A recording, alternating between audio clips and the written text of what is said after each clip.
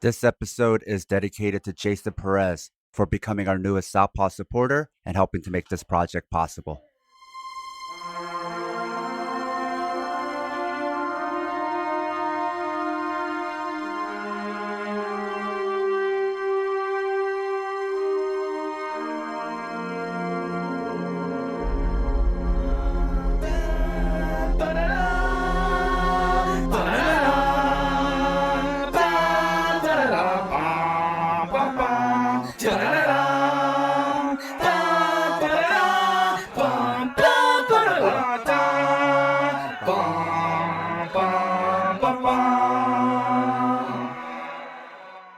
Are you ready for a voyage across the Gooniverse? It's Southpaw Deep Space Nine.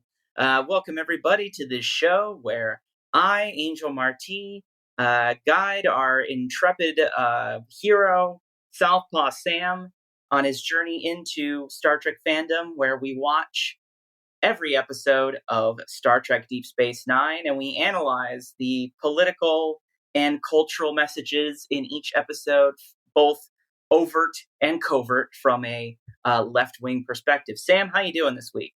I don't want to date when this is being recorded, but let's just say bullshit is happening.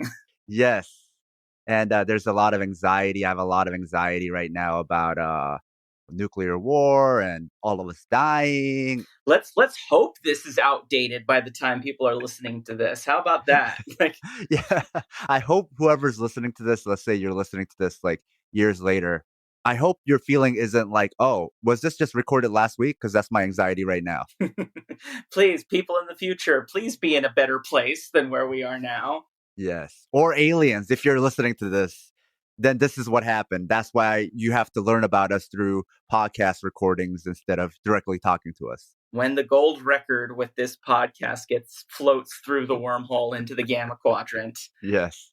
So as you can tell from some of the references I've made, today's episode is Season 1, Episode 11, Vortex, which for some reason immediately made me think of some kind of cool Super Soaker product, but I guess that's just because watching a show from 1993 immediately puts me in 90s nostalgia mode.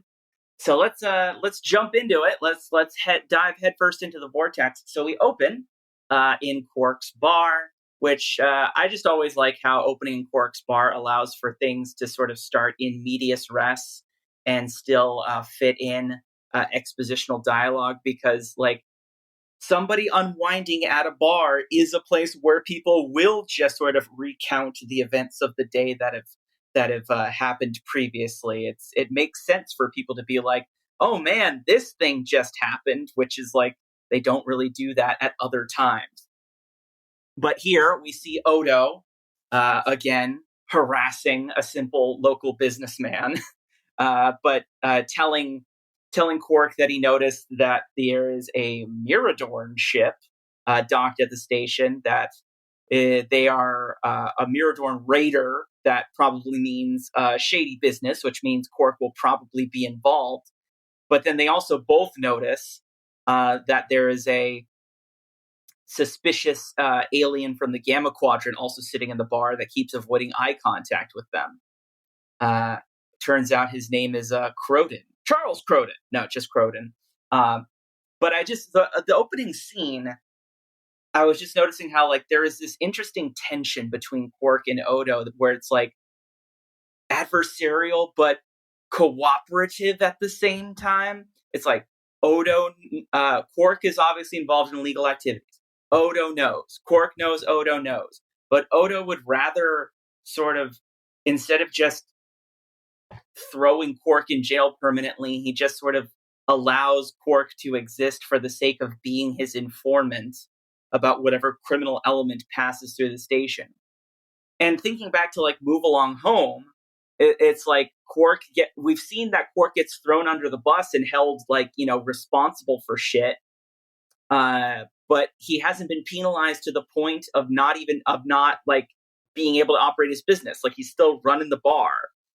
So it just makes me think, like, what is the real nature of Oto's power as a like security officer towards Quark and his bar? Or like, is it in Oto? Like, does Oto really have the power to stop? To just shut Cork down? Is it really in his best interest to shut Cork down? Is it sort of like you? It seems to be a trope of police shows that like you sort of have to have this like sphere of a criminal underworld that you allow to exist. Like if you're a cop, if you're like of the law enforcement, side of things, you have to have this sort of sphere of permitted, criminal underworld as a way to get like as a way to have access to like the unpermitted. So during the scene, we have some dialogue that reemphasizes that as far as we know, the audience knows, Oto is the only one of his species that we've ever seen or that anyone's seen, because Cork calls attention to the fact that Croden is another alien from the Gamma Quadrant who's completely isolated. So it turns out that Oto's suspicion is correct, that the Miradorn are here to make a deal with Cork about selling some kind of Fabergé egg-like thing. But Cork says the buyer backed out because the merchandise is possibly stolen. But then in the middle of the deal, Croden shows up and interrupts the sale to take the egg at phaser point. And I noticed that Croden had this sort of he's played by Cliff DeYoung, who was apparently a former rock singer turned actor, but he sort of has a Jesse Eisenberg-esque performance of Croden, this sort of sarcastic but very low key kind of like, I'm in an action scene, but you know what? I'm just gonna be sort of cute and coy about it. But it turns out that Oto was doing his entrapment again, and he was hiding as one of the liquor glasses during the whole transaction, and he reconstitutes himself, and then he's able to apprehend Croden, but not before he fires a phaser and kills one of the two Miradorn there. So it seems like with Oto's ability to shapeshift, then he doesn't have to shapeshift into something that is the same scale as himself, right? He could become something smaller. Yeah, it doesn't have to be the same volume. But like, I mean, maybe, I don't know, maybe it just becomes very dense glass.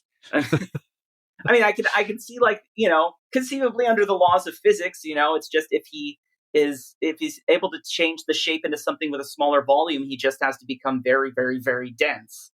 I mean, we don't even know what his ambient density is in his humanoid form. Like maybe when he makes himself, maybe if he makes himself taller, he's even like, he becomes like memory foam or something. But then Rob picked it up like nothing, right? He would have noticed the weight difference. Yeah. And then later in the episode, there is a line about how heavy Oto is. Yeah, I think like there ended up being some kind of explanation about like changelings being able to store some of their mass in subspace or something.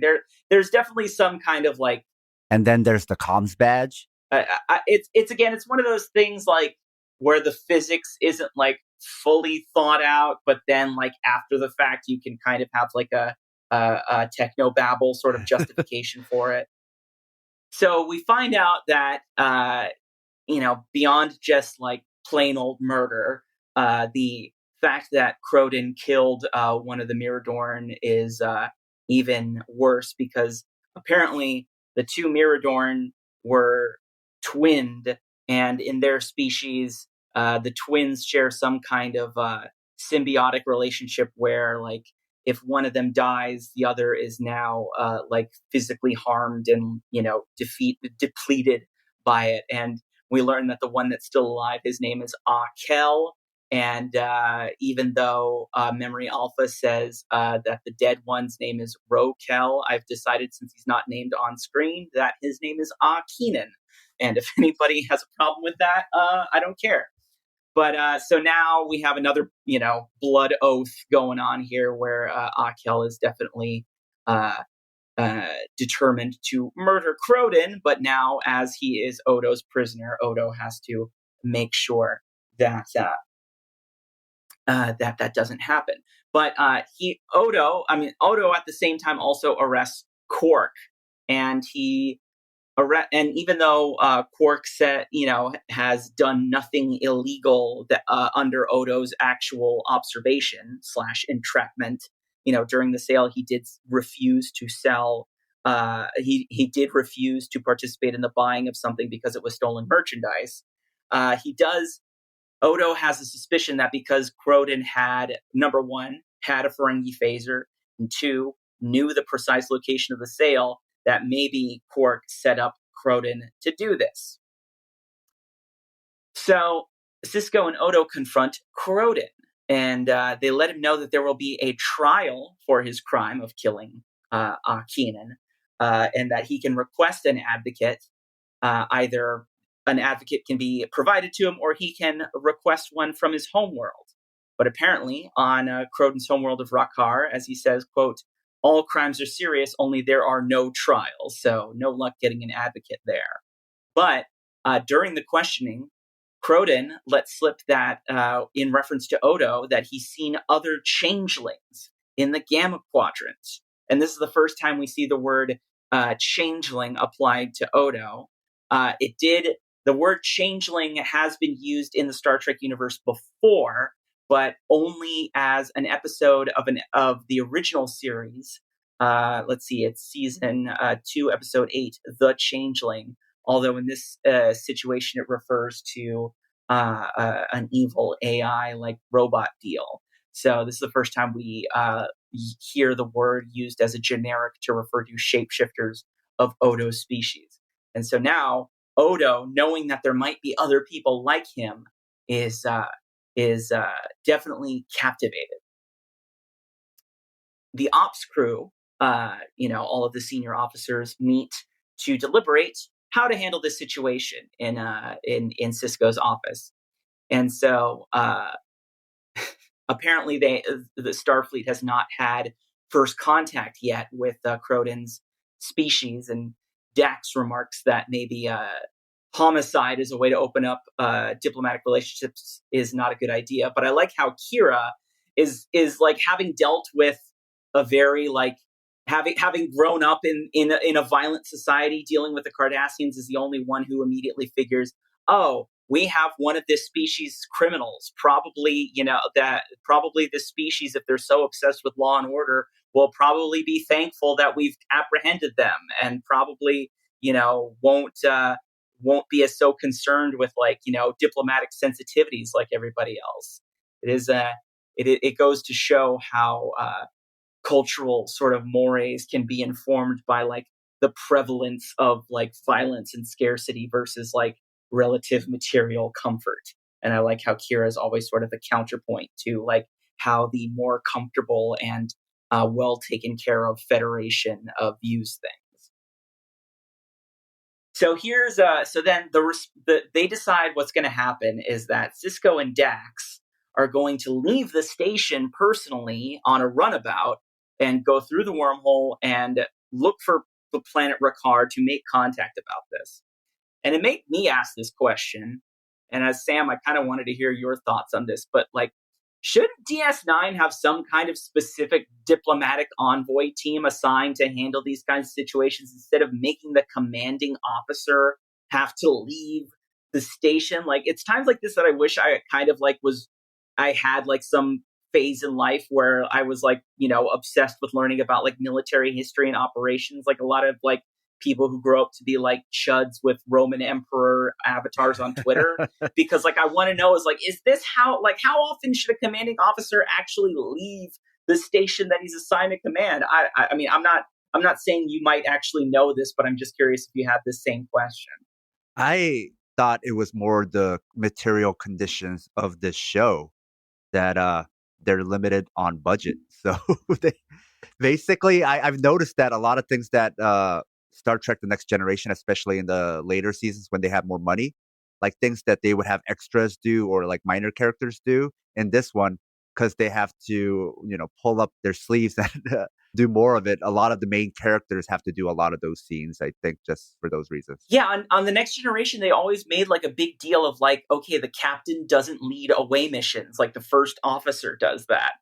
But I guess, yeah, there's a kind of like an interesting confluence of like there can be the in-universe explanation of like, oh, DS9's like sort of this station on the frontier and thus isn't like fully staffed, and that but also like just it's more from a purely creative perspective, it's more interesting when elements of the plot directly involve the main characters. So it's just a clever convenience that makes sense in universe.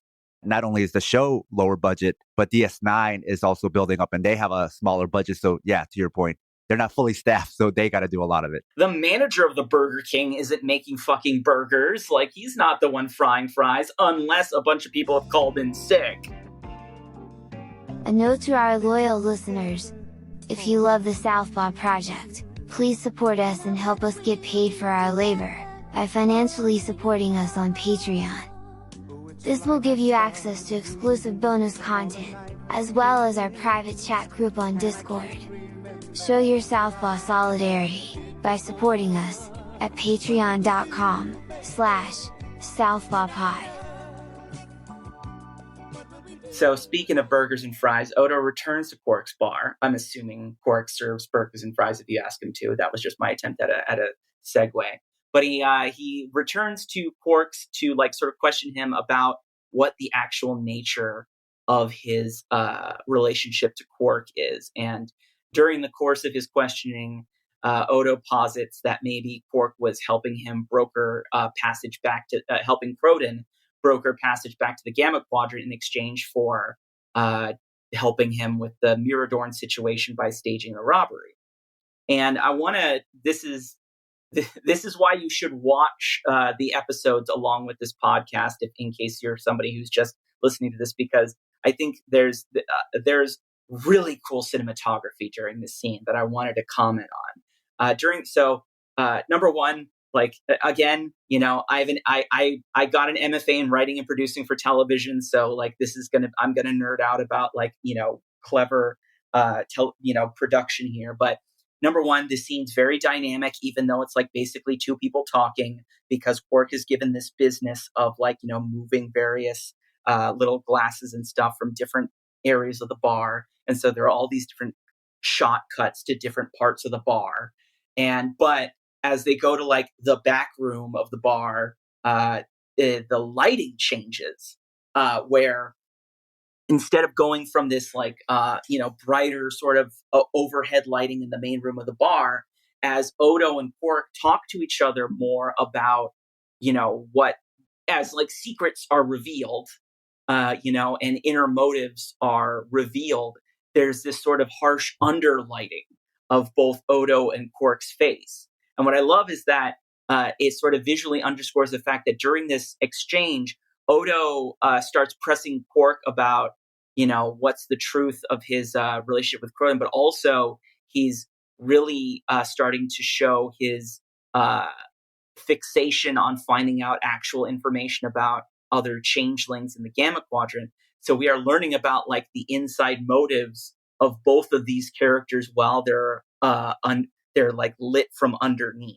I just think that if you want like a really good sort of like I feel like this whole episode is like a good lesson plan and like good screenwriting and cinematography. So definitely watch this episode if you're an aspiring writer or filmmaker or whatever, just for some good storytelling. So then Oto returns to question Croden.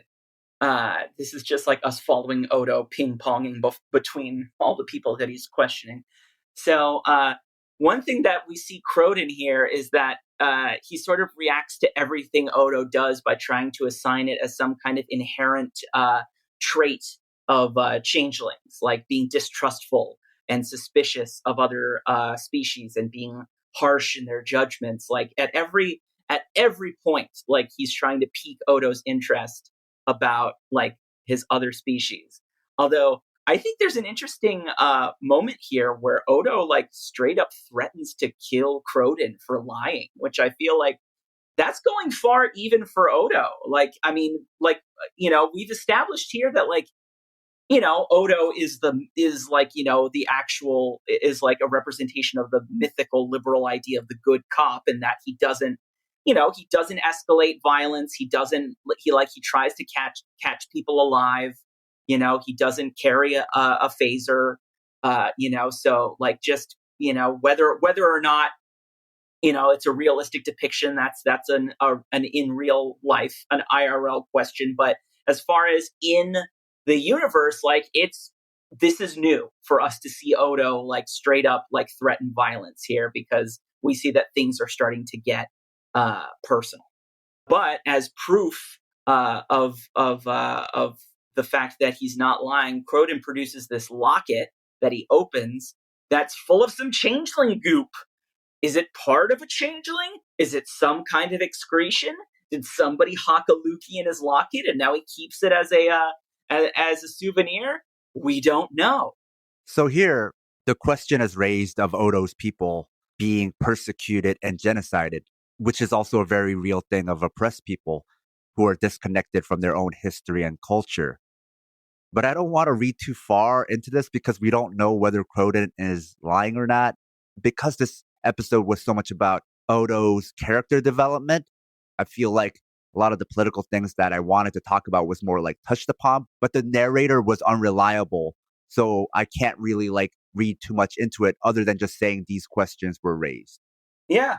No, it is interesting that it's like that, we learned that according to Croden, like not only, are there more changelings in the Gamma Quadrant, but like they were sort of like itinerant wanderers forced out of, wherever they were living, sort of like Jews in Europe or Roma people, like very much like, either Croden is doing this intentionally or unintentionally, just appealing to like, okay, not only are you not alone, but you're also like, your isolation and feeling of alienation is something that sort of meshes with the larger story of your people. Part of the reason why I also felt even more unreliable is because it's like both this persecuted people, but then also paints them as this like law and order type of strong, like police type culture. So it's like, okay, some of this doesn't fit, right? In some ways, they're like this Roman Empire sounding people. And then in some other ways, they sound like a people persecuted by the Roman Empire. So if they're all like Oto and they're all like cop-like, there's a lot of contradictory portrayals of them. Well, I mean, I think that calls into question just how like, history, like the way we are taught history, is done through unreliable narrators. How we can have like, depending on who's writing the history books, like different cultures can be depicted as either victims or victimizers. And we have to be, like the same way Oto is suspicious of Croden's story. Like we have to be, critical of any stories that are given to us that we don't experience for ourselves in terms of like constructing cultures of other cultures and identities. It's almost like the noble savage mythos where it's like two contradictory ideas combined together, right? This peaceful, in tune, uncivilized people who are also like very quote unquote savage and can murder everybody. And even though these ideas contradict in the mind of the oppressors, it somehow still makes sense. Because they can find all the possible justifications for violence against them. Yes. But speaking of violence, so Dax and Cisco finally they find the planet Rakar and they make contact with an official there who immediately requests that Croden be returned so that he can be punished for the myriad crimes for which he's been declared guilty in absentia. And the whole situation makes Cisco feel icky in his tum-tum, but he agrees to return. That they didn't have Croden with him at the time, which was a smart move in case like they were just going to be like, we're going to kill him now, but he does agree to extradite him. So it seems like at the same time that we are made to feel a little bit suspicious. I think this further sort of emphasizes that whole like, different perspectives on what makes somebody trustworthy, untrustworthy. Because at the same time that we're, shown that Croden is clearly, has some kind of motive, is crafty, or, is trying to employ some kind of guile with Oto. It's like, we're also seeing that like the society in which he is supposedly criminal seems to just be a little bit of a, the trope of like, the 1984 sort of like guilty until proven innocent authoritarian nightmare. Back on the station, Bashir examines the locket goop and finds it to actually be some kind of living matter that's of a composition between organic and inorganic, so that it must be of some kind of nature similar to Oto. And during this round of interrogation, Croden finally Croden's like very good at laying the trail of breadcrumbs, because now that he's gained the trust of proving that the goop is real, he reveals that there is a specific colony of changelings hidden in an asteroid field inside a nebula called the Chamra Vortex. So now we are left to wonder, will Odo be so tempted that he will finally start breaking the law? There is a line of dialogue here that I liked, that Sisko says specifically that the Bajorans agreed to extradite Croden back to Rakar, and the writer's reminding us that it is ultimately the Bajorans' decision, and that it's still a cooperative thing. And because we got Kira is ultimately proven right as far as her reaction, and that sort of foreshadows this decision. I just thought that was a nice little way to make sure everything makes sense. But so ultimately we have this awesome little dramatic web here that's woven. So the first Odo has to get Croden off the station without Croden getting murdered by Akel. But then he has to get him back to Rakar without giving into his own temptation to find the other changelings. And the fact that Croden has that information is why Odo has a vested interest in not just letting Akel kill Croden in the first place. So we have a situation where motives of everyone involved, clear. Stakes, clear. Conflict, clear. Like, different kinds of outcomes possible. Like, this is just nice, tight, dramatic writing.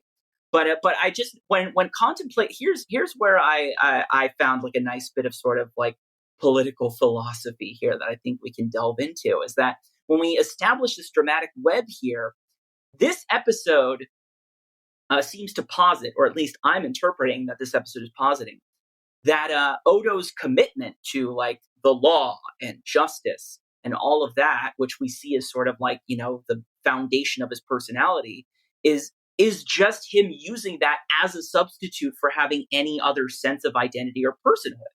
And that like the commitment to those things all of a sudden becomes negotiable when he has this possible chance to like redefine himself as a member of a larger community or species. Like, to me, that relates to the whole idea that like, in basic training, for the army, you're always supposed to like break people down, and like separate them from any kind of personhood other than their membership of the army. And how like, police are like, especially modern police, are always like assigned to patrol, communities that they don't actually live in. And it just seems that like the desire for control and the commitment to hierarchy necessitates and comes from alienation. Yeah, I think there's a lot to chew on there. You have Marx, you have Sartre, where it's this idea of like these institutions that alienate you, where it's not just a feeling in your head, but it's like separating you from who you are as a person, your consciousness, right? So then you just become your job, you become your role, which is what Marx warned us about, and Sartre, mistaking yourself as your role, as your job, as a constable or as like chief security officer, is what Sartre calls bad faith, which is different from the way people normally talk about it. But it's like having this belief in yourself that isn't the real you. It's this fake you, this job, this role that you've taken on to yourself, convincing yourself that it's you.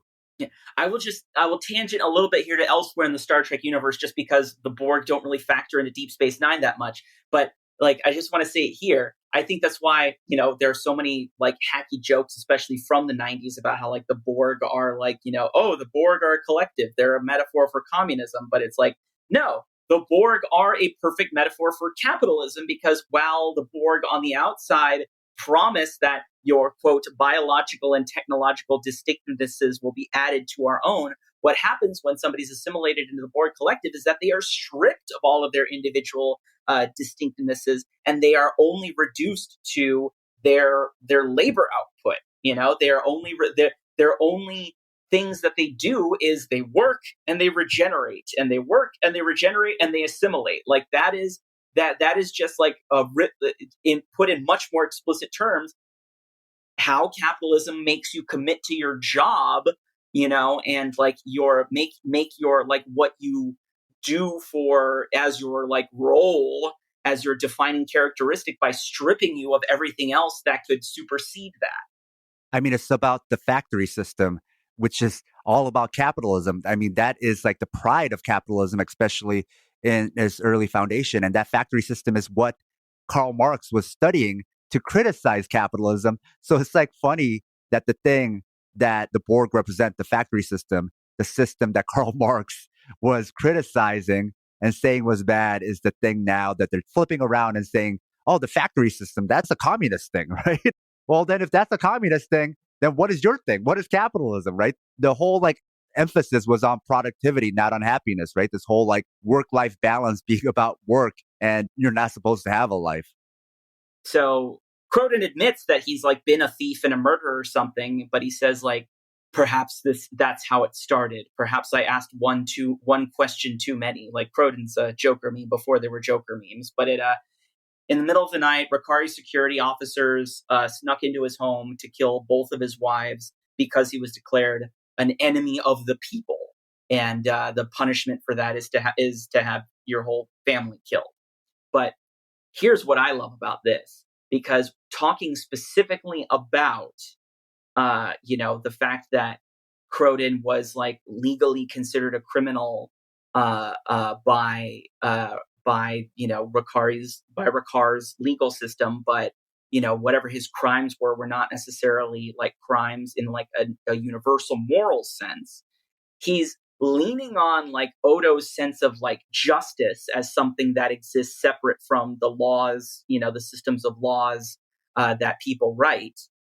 He leans on Oto's sense of justice as well as to make him like not want to potentially return him to the Rakari and like have him like summarily executed with no trial. So he's psychologically attacking Oto from both ends, like appealing to his sense of isolation and wanting to find community with other changelings, and then also like being like, hey, you love justice. If you take me back home, I'm not going to get justice. It's very masterful, like, manipulation, whether it's for good or bad end. If you love the Southpaw Project, please support us and help us get paid for our labor by financially supporting us on Patreon. It'll help us supplement the cost of running this project, the incredible time and energy we put into it 7 days a week, and you'll be giving us some breathing room, not only to juggle Southpaw with our day jobs, but also to expand Southpaw into other areas. Show your Southpaw solidarity by supporting us at patreon.com/southpawpod. Because of this type of drama that they're writing, which goes back to the Greek days, I think we could be pretty confident that Croden is kind of a hat tip to Socrates. What did Socrates get in trouble for? Why is he a dissident? Because he asks a lot of questions. The whole thing back and forth was Socratic method, right? He was trying to get Oto to see that his sense of justice is different from the law. And he was trying to get him there through the Socratic method, through these questions and these what ifs and thought experiments and using his imagination. Well, considering the original Star Trek series had an episode with literal Apollo, I think it's always safe to assume that if you see something that invokes the Hellenistic classical tradition in Star Trek, it's probably intentional. So, back on the station, Akel, the living Miradorian, confronts Cork as he finds out that Croden is now off the station, and he basically threatens Cork with some good old-fashioned violence. And Cork agrees to find out where he's been taken using the same computer that he used back in Babel to find where the other replicators were. So we have it established that he's able to do this from, basically the electronic Kino machine in his bar by use of these like security chips. So it's, aftermarket mods. But after Akel leaves, Cork and Rom are sort of hoping that Akel manages to kill both Croden and Oto in one trip, so that way their involvement in any kind of dealings with Croden won't get revealed. And Cork basically gambles that Oto won't give up his prisoner when Akel demands it. So it's pretty certain that there will be a firefight that ends with them getting destroyed. So lots of different interests riding on the outcome of this little road trip. So when Akel does catch up to the runabout, Oto Oto, of course, refuses. But during the firefight, they are conveniently close enough to the Chamra Vortex that they can pilot into it, so that way the ionized gases of the nebula can block Akel's sensors. And since since it's best if they land on one of the asteroids, so that way Akel can't pick up their impulse wake or their thruster discharge, they're going to go to the colony. But it turns out there's no changeling colony on the asteroid. And Croden thought that changelings were myths until he saw Oto. But then once he saw Oto on the station, he devised this brilliant escape plan. Technical aside here, with Star Trek, not necessarily just DS9, but Star Trek in general, do you ever have scenes where they're visiting like an asteroid or a colony or a planet where the characters have to wear some kind of helmet for oxygen? Yeah, a lot of the rules of Star Trek were, in the original series, just sort of devised out of like a way to work within the budget. They have artificial gravity, so that way we don't have to like show people floating around, or every species they like. A Class M planet is just a planet where everybody, can breathe, so that way they don't have to wear spacesuits. I mean, there's sometimes where it's like if they're going into some area with like a hostile atmosphere, they'll have like sort of respirator masks on. And then as we get to, especially in Voyager, after Star Trek First Contact, when there is a scene in the movie Star Trek First Contact where they're walking around in spacesuits on the outside of the ship. And so, like, whenever there's opportunities that they can, like, reuse stuff that was made for the movies on the TV shows, you start seeing it more. So there's definitely that's why, especially because the Borg figures so heavily into First Contact, you start seeing way more Borg in Voyager after that, because they have all of these costumes they can reuse. So same thing with like the spacesuits. I like that the show is confined by the budget, because that's how we all are. Everybody's broke, even Star Trek. But putting that aside, what I did like about the scene was, again, Socratic questions were raised. And this time it was about the question of dual violence. There's the violence of assimilation, where basically you have to give up your culture and assimilate, which is one of the questions that Croden brought up with Oto, that he had to assimilate and give up who he really is, right? That he had to take on a shape, and he's mistaking that shape in bad faith for his authentic self. So there's that. But then there's the other side of it, where Croden also brings up that his people didn't assimilate, and so that's why they were wiped out. So it's this dual violence of assimilation is violence, but if you don't assimilate, then you will also be wiped out. So there's a violence either way. For people like this, a persecuted minority or an indigenous people, there's a dual threat of assimilation, where there's violence if you assimilate and violence when you don't. But we don't know what's myth and history here. So it's more, again, Socratic. It's just questions to think about. It's also something we have to think about in real life as well, something you brought up, how we look at history, the standpoint of history. There's a whole school of philosophy called standpoint epistemology that thinks about this. So whose word do we take? Just like in real life, sometimes the only person telling any version of this history or truth is an unreliable narrator. So what do you do when the only person telling you about this is unreliable, which is very prescient and important to think about, especially now in the time of social media where this happens all the time. What we do decide, I guess, as the audience, is that, there are some aspects that are true about Croden's story, and we just have to cling to that. So what we do find is on this asteroid that they've landed on is Croden's daughter in a stasis chamber. Yes, instead of getting the wife getting fridged, we have the daughter in a fridge. And the little locket full of changeling snot is just basically a little key. Like it can form the shape into a key. But because Bashir did analyze it and say that it is living matter, like, we have to take that as true, and we can still use it as hopefully in the future, we can still figure it out as a clue. So they are able to get Croden's daughter out of the box and onto the shuttle. But then there's like a cave-in as Akel tries to attack the asteroid. And then we learn that despite being made of goop, Oto can apparently still get knocked out by a falling rock. I looked at Memory Alpha, and like even the page on Memory Alpha says like, yeah, future sort of developments of Oto and Changeling should show that like this kind of injury shouldn't really be a problem to them.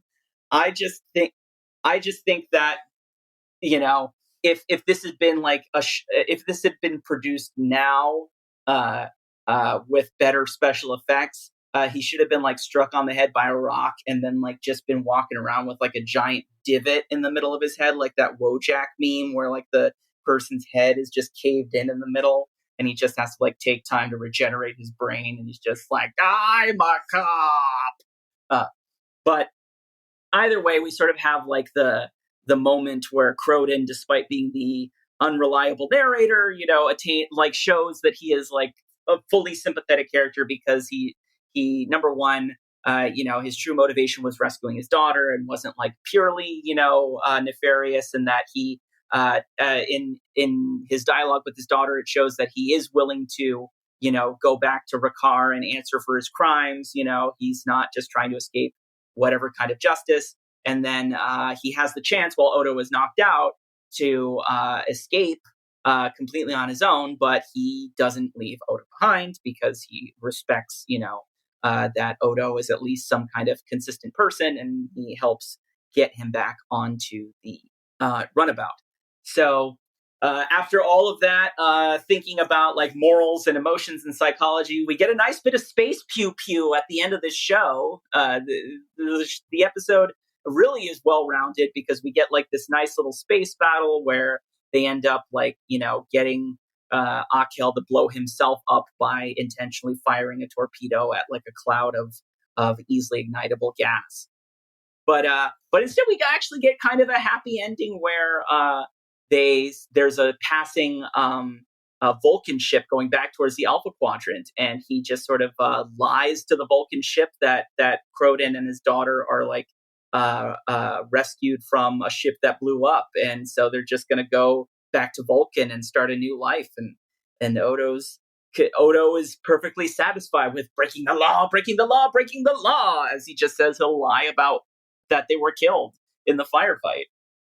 So we kind of get a happy ending, and actually Oto smiles for the first time. And then we kind of see that the makeup that Rene Auberjonois wears kind of like isn't designed for him to smile, because he gets these very like awkward, like very thick dimples at the corners of his mouth. So with the way it ends, we don't end up learning anything definitive about Oto's species, but what we do learn about him is that he can separate his sense of justice from the word of the law. And as far as justice, though, it ends with a happy ending, but if we maintain that Socratic method and questioning and stay within the realm of philosophy, and we think about this from moral philosophy, was this justice? That's still up in the air, because there's still a question of who was the real antagonist here, right? Because it was a robbery. Yeah, he did murder Akel's brother. Like that absolutely is like... And not only was it a murder, but it was during a robbery where technically the Miradorns were acting in self-defense. And also, we know from other Star Trek that all of these guns have a stun setting, but his was set to kill. So this isn't to take anything away from the episode or that it contradicts the episode. It's all actually in line with the episode of questioning things and thinking about things. And so even these actions that the Federation and Oto take, it's still not completely clear that this was also the just thing to do. It's just what he felt as a person in his intuition, what he felt was the right thing to do, but it's up for us to speculate. But I just want to leave that also out there, the question out there, that this isn't so black and white. It is much more complicated than this. And if you want to really think back to how this all happened, it was Croton as the antagonist, and the Miradorn were acting in self-defense. And at the end, they all blew up and died. So it's an interesting one that you have to think about for a while, that you could have a lot of discussions about. Yeah, well, how do you like that, Stone Changelings? Actually, that just reminded me, just like that Changeling Stone Key thing, this whole episode is up in the air. It's constantly shifting where you can't quite put your finger on it. Did they do the right thing? Did they not? Is this real? Is it not? It's constantly changing. So it's the perfect metaphor. Morality is made of goop. Good way to sum this up. I mean, so how did you like that, Stone Changelings? I hope you enjoyed this. If you're listening, if you enjoyed this, stay tuned for next week, which is going to be covering the episode Battle Lines. If you enjoy this show, please give us a follow and support our Patreon. It's patreon.com/southpawpod. For just as little as $4 a month, you can contribute and get access to our Discord server. And there we're talking about not just Star Trek, but all the things discussed on the other amazing shows in the Southpaw Network, like, Fight Study, where we're talking about mixed martial arts, Pride Never Die, where we're talking about combat sports from an LGBTQ perspective. We got Working Stiff Radio covering pro wrestling. And hey, we also talk about food. Like Southpaw just released the Southpaw Prime just released a great episode about Filipino food. Go get some sisig and listen to that episode, and then go post in the South Slaw channel on our Discord. But in the meantime, Sam, do you have any plugs or anything else you want to add at the end before we sign out? Take us out, Maestro. Da-da-da-da.